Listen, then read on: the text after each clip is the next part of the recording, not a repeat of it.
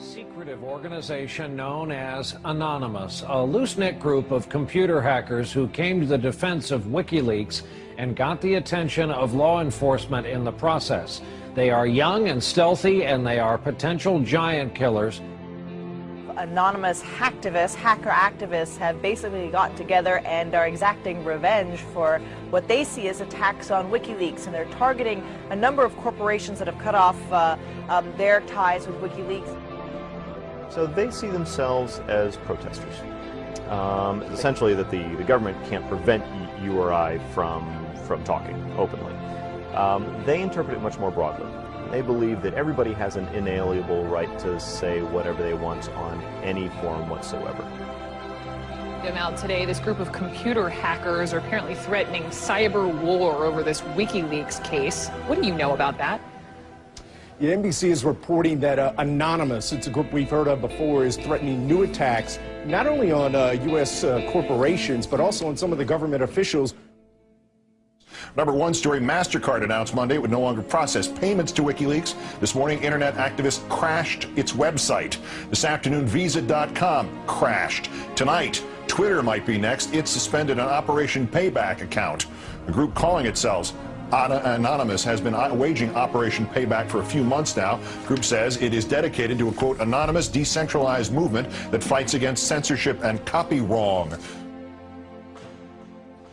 Well, officials have confirmed that at least 41 Malaysian government websites had been hacked overnight.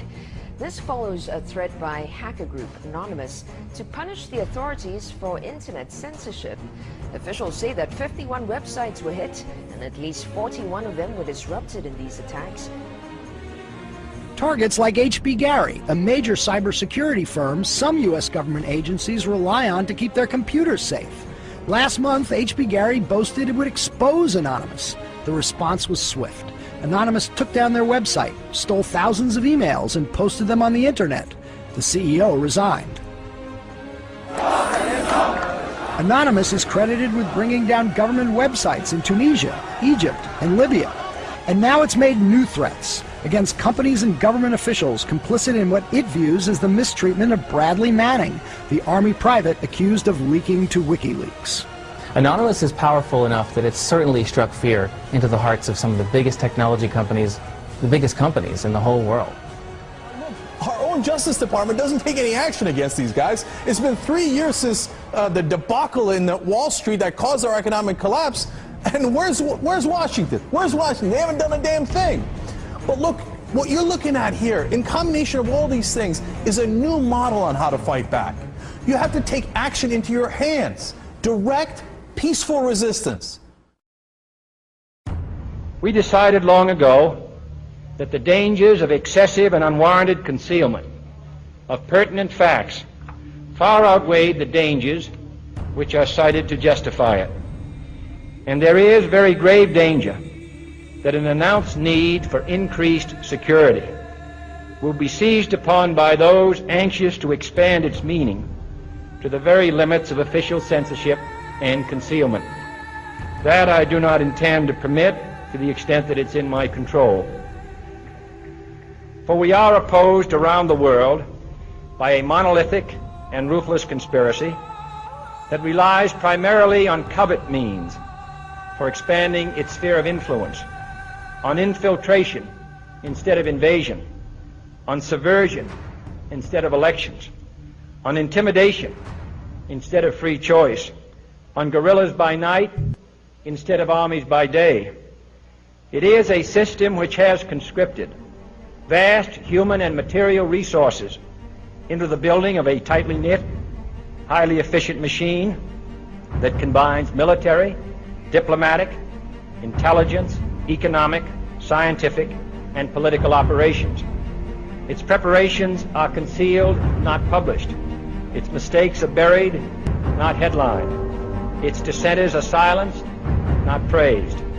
No expenditure is questioned, no rumor is printed, no secret is revealed.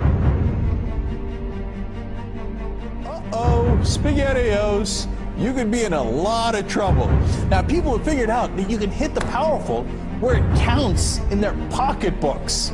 The same thing happened in Egypt, where Mubarak only stepped down after the labor strikes began. And then there's the national and international movement against the power establishment. The group Anonymous recently released this video warning the global banking systems.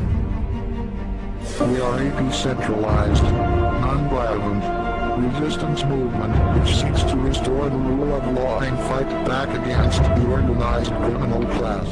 Now that's a little spooky. I liked it. And apparently they came armed with documents, which we're going to tell you about in a second. But look, what I like is peaceful resistance. However, they can't just randomly launch an attack. And in order to do it, you have to go on this IRC chat. Anyone can suggest a target. That person then has to make a compelling case for the target, and then whoever happens to be, it's a quorum of whoever happens to be awake, can vote up or down on this target. So if somebody has not made a compelling enough case, enough people may pull their computers off of this voluntary botnet that the attack might not be nearly as effective. So it is, in fact, an amazing kind of Athenian democracy. If you forget sort of the ethics of what they're doing, place that to one side, what they've achieved is sort of this set of checks and balances that agrees in a very fluid way on what the target is. This is the new model of fighting back against the establishment and against corporate power. Don't wait for your knight in shining armor to show up from DC. The bad news is he ain't coming. The good news is it turns out you're the knight in shining armor. I believe that Gandhi's views were the most enlightened of all the political men in our time. We should strive to do things in his spirit, not to use violence in fighting for our cause, but by non-participation in anything you believe is evil.